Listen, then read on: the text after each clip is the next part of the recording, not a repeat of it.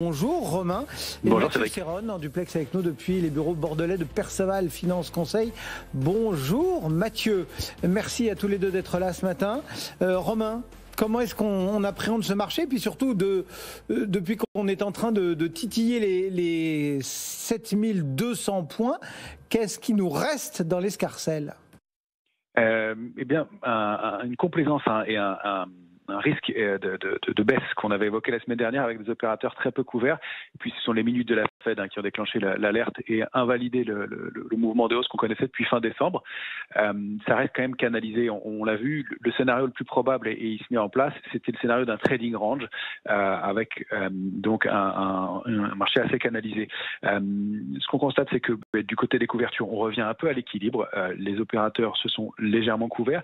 On n'est plus aussi complaisant qu'on l'était il y a une semaine. On reste quand même à un ratio de couverture, enfin une option d'achat pour une option de vente, ce qui veut dire qu'il y a probablement encore de la volatilité à prévoir en cas d'accélération sur les marchés pour une raison ou une autre. On a notamment des chiffres de l'inflation importants cette semaine aux États-Unis, puis le début de la saison des résultats trimestriels en fin de semaine avec le secteur bancaire. Donc ça pourrait être source de volatilité.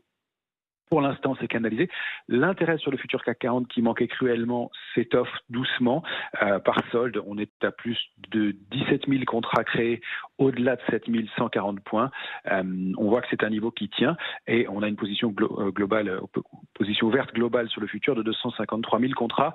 La moyenne, c'est 360. Donc, vous voyez qu'il y a encore de la place pour construire de l'intérêt. Le trading range que je suggère, c'est 7090, 7145 en bas. Alors, on est allé chercher la borne basse hier soir. On a bien rebondi dessus dans le sillage des indices américains. La médiane de ce trading range, c'est 7237. On aura un biais plutôt haussier ou plutôt baissier selon qu'on évolue au-dessus ou en dessous. Donc, pour l'instant, c'est encore un peu fragile, mais on rebondit bien et on a des chances d'aller chercher ce niveau-là en séance. La borne haute du trading range, c'est 7357, 7405. Ça reste des niveaux importants. On avait eu de la pression baissière contre ce niveau-là. En revanche, des spéculateurs qui étaient revenus sur le marché, qui avaient on avait dû créer des contrats futurs contre ce niveau-là. Et donc, un petit mouvement, mais plus spéculatif, qui s'est déjà soldé. Ce qu'on surveille aussi, c'est la formation sur l'indice parisien d'une grande structure un peu complexe, mais qui s'appelle une vague de Wolf. Elle a fait la fortune de son inventeur parce qu'elle est assez fiable et malheureusement, c'est dans ce cas-là une figure baissière. Elle peut être haussière, mais là, ce serait une figure baissière. Elle est déclenchée par l'invalidation qu'on a connue en milieu de semaine dernière.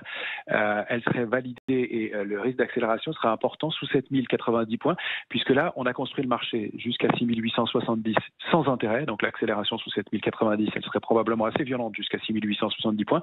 Et la cible de cette vague de Wolf, c'est aux alentours de 6600 points. Ça ne serait pas dramatique, c'est notre alerte de moyen terme, mais vous voyez qu'on a un marché qui est encore fragile. En contrepartie de ça, on voit quand même qu'il y a de l'intérêt sur des valeurs en retard, toujours, et notamment des valeurs qui sont liées aux énergies. Tout ce qui est bancaire fonctionne bien. L'automobile n'a pas baissé non plus dans ces sessions de baisse qu'on a connues la semaine dernière. Donc l'intérêt sur des valeurs en retard a l'air de se confirmer pour l'instant. Voilà donc la vision proposée par